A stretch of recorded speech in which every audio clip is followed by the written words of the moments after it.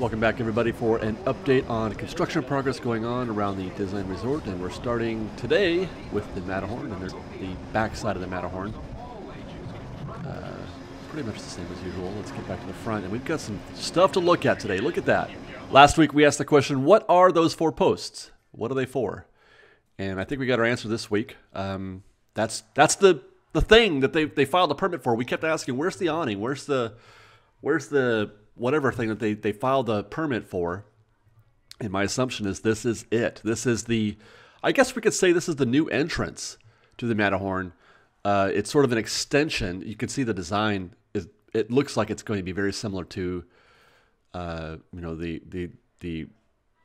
traditional entrance that we see. So that we're familiar with, which we're going to see here in a minute. But yeah, so this looks like it's going to be an extension of that. Now, whether or not it's going to connect to that other building seems unlikely. Otherwise, we would already see preparations for that. Although you can actually, if you zoom down here, you can see that you've got additional footings, I guess.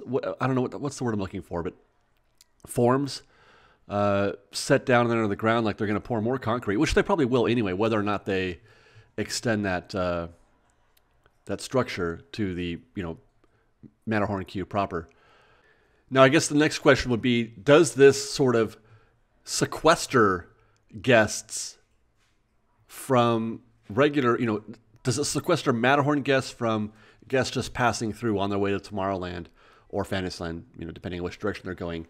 I feel like it does. I feel like anything to the right of the structure as we view it now will be for Matterhorn guests only, and you won't have regular guest traffic going through there. On that note, let's continue for just a second.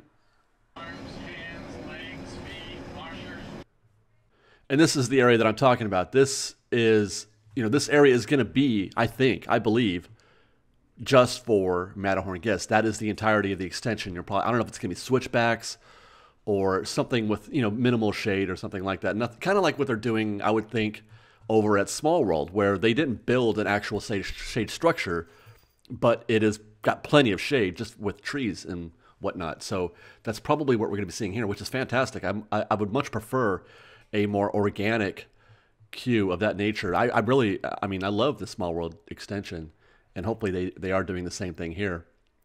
But like I said, I feel like putting that covered structure out there, the entranceway, as it were, in that place suggests to me that they are planning to close off this area to Matterhorn guests only. And you can see they're getting ready. You've got rebar planted down there. They're getting ready to pour concrete on that section right there. And then you can see where they put in many more trees. Actually, let's go back to last week. This is the shot we took from the same spot. And while it does look like it's hard to say if there are more trees or less than before, but I feel like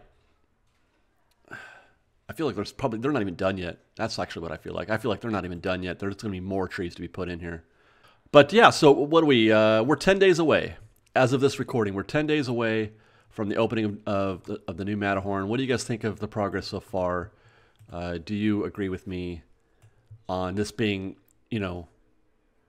sequestered guest access and non-covered access, although it is still going to have plenty of shade?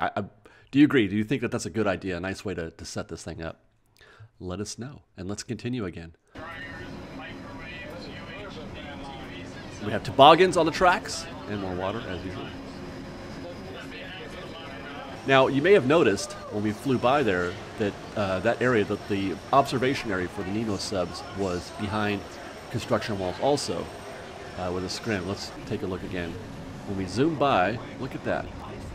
This area is going through some I don't know what they're doing here. I love that area, though. That's one of my favorite places to just stop and view the Nemo subs and the lagoon. And they have some really nice rock work going there. I wonder what they're doing here. I feel like it looks like a complete remodel of that section. Does it not? Because they took out, I guess they could take it out. I don't know. Construction nights out there.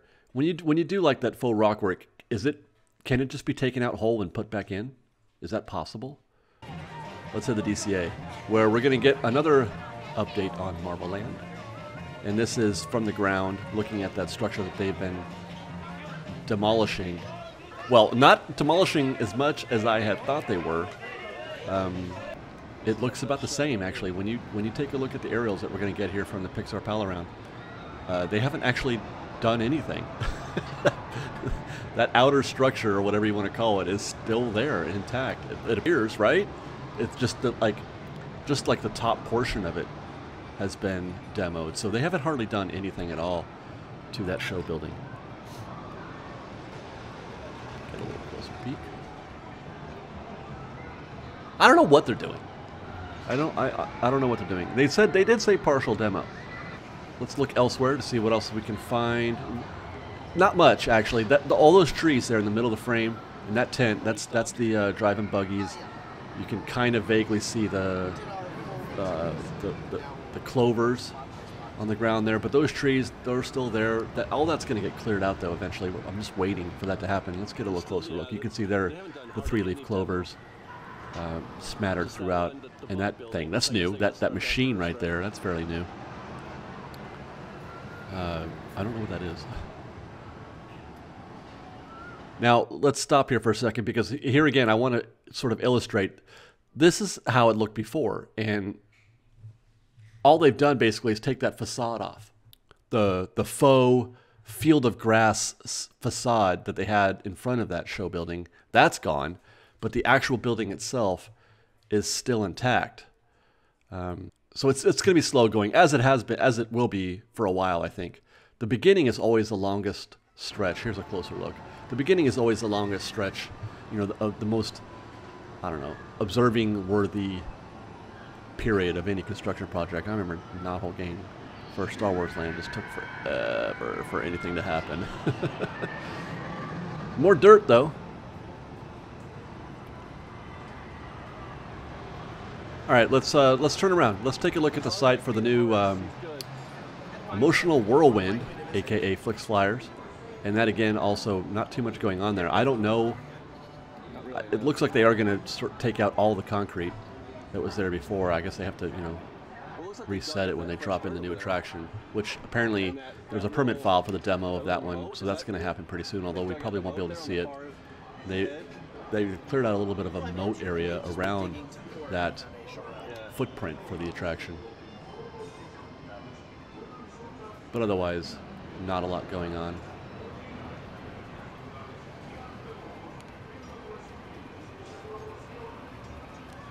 Here's how it looked before, which, I mean, right? Nothing. Same.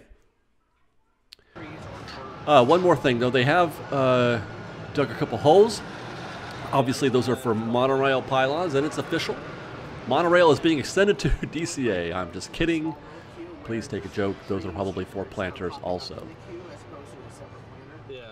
Let's go to Pixar Pier, where the actual entrance to the pier, and the Luxo Lamp has been installed. Hallelujah! Look at the lamp, you guys. Isn't that cool? That's a cool lamp, right? We waited 3 months for this. Here's a closer look. Hey! What's up, Luxo Lamp? They can't call it the Luxo Lamp. They have to call it the Pixar Lamp now, I think. Some lawsuit.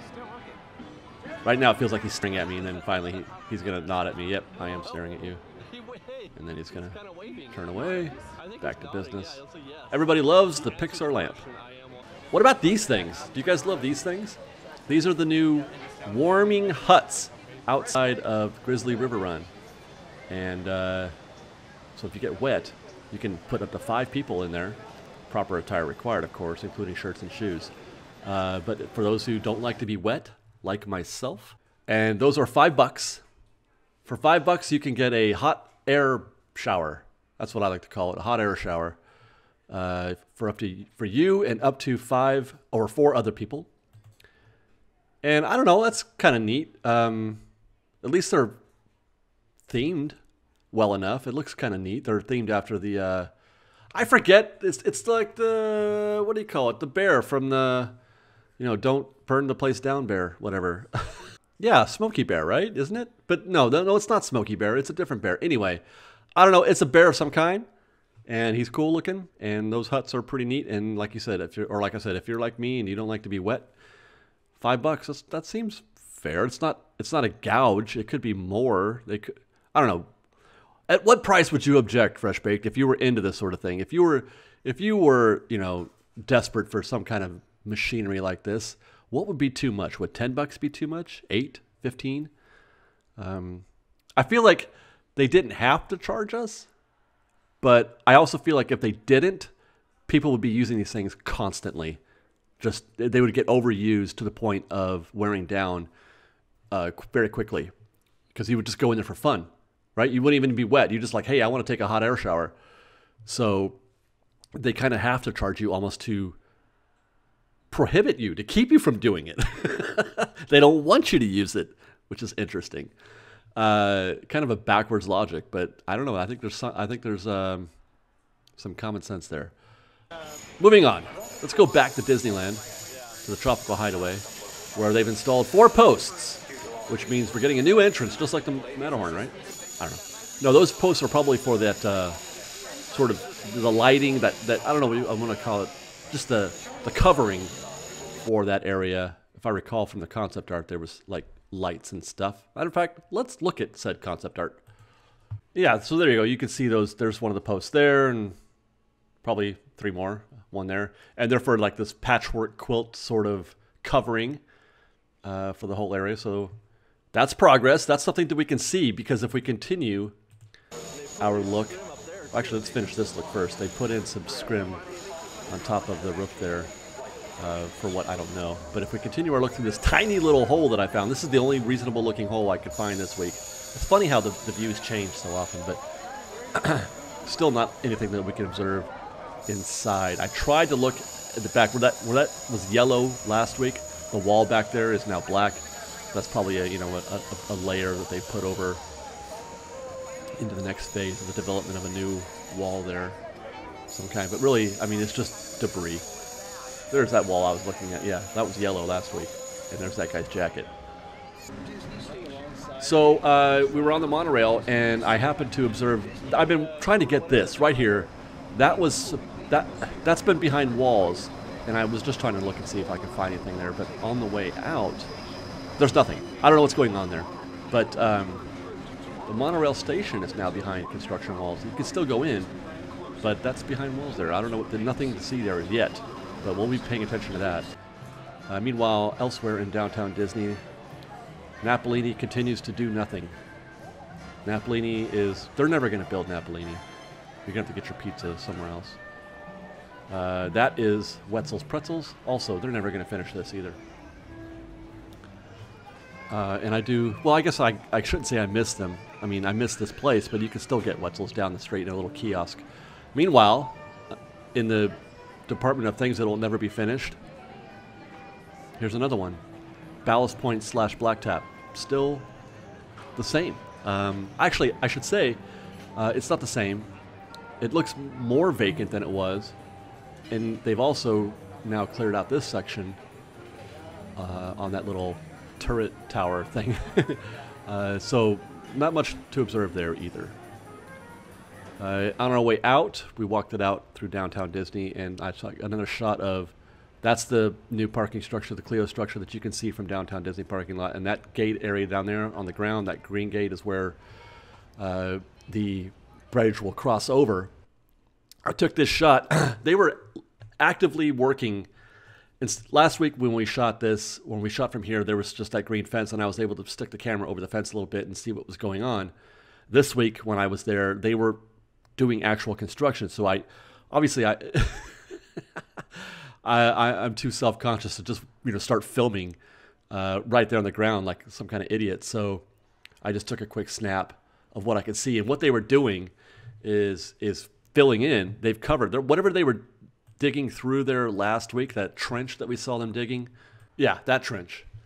They filled that up. What that machine there was, the roller covering or smoothing out. They had just finished placing in the new asphalt covering that area.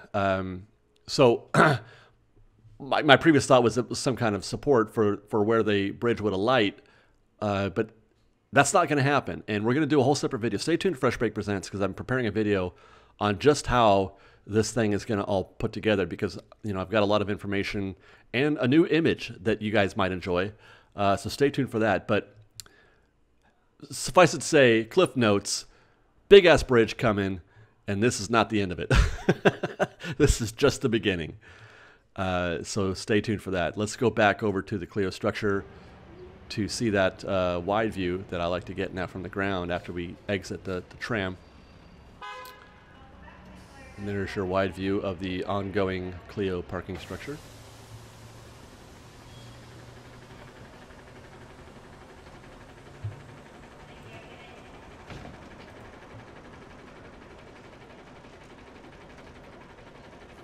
And then here's another view from the top of the Mickey and Friends parking structure. And what I want to do here is focus on what are obviously going to be the escalators. If we pause here for a second, you can see first there's some new concrete things being installed on the ground there, and you can also see that there are cutouts in various places along the cylindrical, the circular guest ramp area. And what those are supports for the monorail. There's the the top level one's going to extend down those two. The mid-level one will go over this one right here, and then the bottom level will just go directly to the ground. No support needed for the bottom level guest whatever exit, as it were. And I had asked the question last week, why are they circular? And I got some really informative replies on this. And basically, this is to it's to improve traffic flow of the guests as they exit the parking structure. So there's one side of the circle is for exiting or going down to the ground, and one side of the circle is for the guests coming back up and returning to their cars, and it improves the guest flow there. Obviously not for trams or for vehicles or anything like that, but it's just a way to manage guest flow, which is really intelligent. Because otherwise you don't want bodies intersecting with each other. You want to keep all the flow in one direction. So there you go. That was really, really wise, and thank you for that. Moving on, here's a view from the side.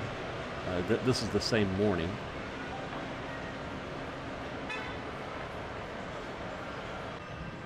And then one last look at the guest hub, the pedestrian hub, and what I want to focus on here now is what's happening on the top right of that. Looks like they're building a topper there for that top level, and I'm not sure, because that doesn't really show up in the concept art. I went back and looked at it. It doesn't really show up. That structure that it's on shows up in the concept art, I think, but I'm not sure what it is that topper is for. It's not for that other circular thing that's going on there, so it's weird. And then finally, here's a look at the connecting bridge from Mickey and Friends to the Cleo structure. Again, I thought we'd be well on our way to getting that final level here, but not yet. Not yet. But they have put the concrete in there, even though it looks like patchwork concrete, but it's concrete nonetheless. And there you go, guys. That's our update on construction progress going on around the Disneyland Resort. I hope you enjoyed. This is really fascinating stuff, and I can't wait for next week to do it again for you. So stay tuned, and stay tuned tomorrow for the Knothole Gang. And until then, fresh baked! We've got lots more videos for you to see, so grab a churro and check out some of our other videos and have your mind blown by how much fun we're having. We truly are the best of Disney Bake Fresh Daily. Don't forget to subscribe to our channel, and we'll see you next time. Fresh baked!